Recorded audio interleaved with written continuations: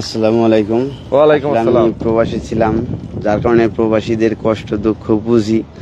তারা দেখা গেল টাকা ইনকাম করে, যাই করে মোটামুটি একটা ভালো একটা অ্যামাউন্ট তারা ইনকাম করতে পারে, কিন্তু তারা রাখতে পারে না। তাদের রাখার কোনো ওয়ে থাকে না, কেননা ফ্যামিলির একটা ক্রাইসিস থাকে, হয়তো বা তার বন্ধু বান্ধবের ক্রাইসিস থাকে, আত্মীয় স্বজনের ক্রাইসিস থাকে। আসলে প্রবাসে যারা থাকে, আমি মনে করি যে দেশের মানুষ তারা মনে করে যে টাকার বেশি। তো তাদের উদ্দেশ্য করে যে আমি চিন্তা ভাবনা করছি, না, তারা দেশে আইসা যেন তাদের ভবিষ্যৎ কিছু নিশ্চিত করতে পারে, ভবিষ্যতে যেন তাদের একটা সম্পদ আছে, তারা স্থায়ীভাবে যেন কিছু করতে পারে। তাদের উদ্দেশ্য করে মূলত আমি এই চিন্তা ভাবনাটা নিছি যে না, তারা দেশে আসুক। পরে মেজো ভাইয়ের সাথে আলাপ করলাম, পরে মেজো ভাই পরে সুন্দর একটা ডিসিশন নিছে। যাক, মেজো ভাইয়ের ডিসিশন আমার খুব ভালো লাগছে, আলহামদুলিল্লাহ। তো যারা যারা প্রবাসে আছেন, আমি প্রবাসী ছিলাম, যার কারণে জানি আপনারা যখন বাংলাদেশে ট্রেডিং করছেন প্রবাসে যাওয়ার জন্য, যে 3 দিনের, ওই জায়গাও কিন্তু সবাই এই একটা কথাই বলছে যে তোমাদের সম্পদ তোমাদের ভাবে রাখতে হবে, তোমরা বাবার কাছে দিবা, ভাইয়ের কাছে দিবা, তারা দেখালো তোমাদের সম্পদ অপচয় করবে। এটা কিন্তু আমাদের ওই জায়গা থেকে শিক্ষা দিছে। প্রবাসে যায়ও ঠিক আপনারা দেখেন অনেক ফ্যামিলিতে ঠিক এই সেম ঘটনা ঘটতেছে, এবং আমরা নিউজও এইটাই পাইতেছি। ঠিক।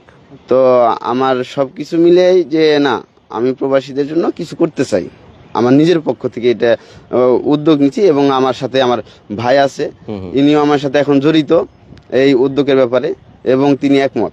আচ্ছা আচ্ছা।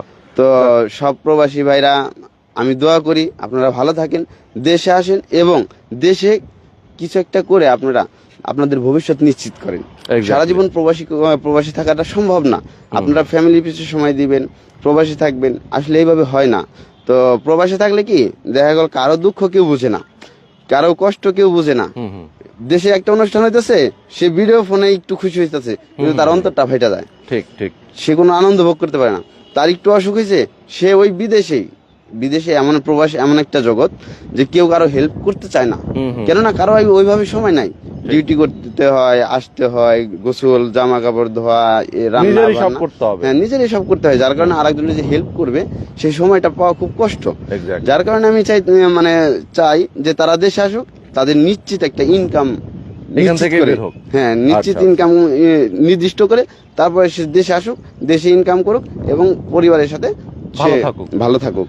তো অনেক ধন্যবাদ ভাই আপনাকেও। আমাদের দর্শক যারা আছেন, আমি সবাইকে বলবো যারা অবশ্যই এখনো যারা প্রবাসে আছেন, আপনারা যদি মনে হয় যে না আমার দেশে বেটার, আমার বিদেশ থেকেও আমি এখানে দেশে একটা বেটার একটা কর্মসংস্থানের সুযোগ পাচ্ছি, বসবাসের জন্য আমি একটা ব্যবস্থা করতে পারছি, অবশ্যই আপনার দেশে চলে আসবেন। ওকে, তো আজকে আমরা শেষ করে দিচ্ছি। সবাই ভালো থাকবেন, সুস্থ থাকবেন। আল্লাহ হাফেজ।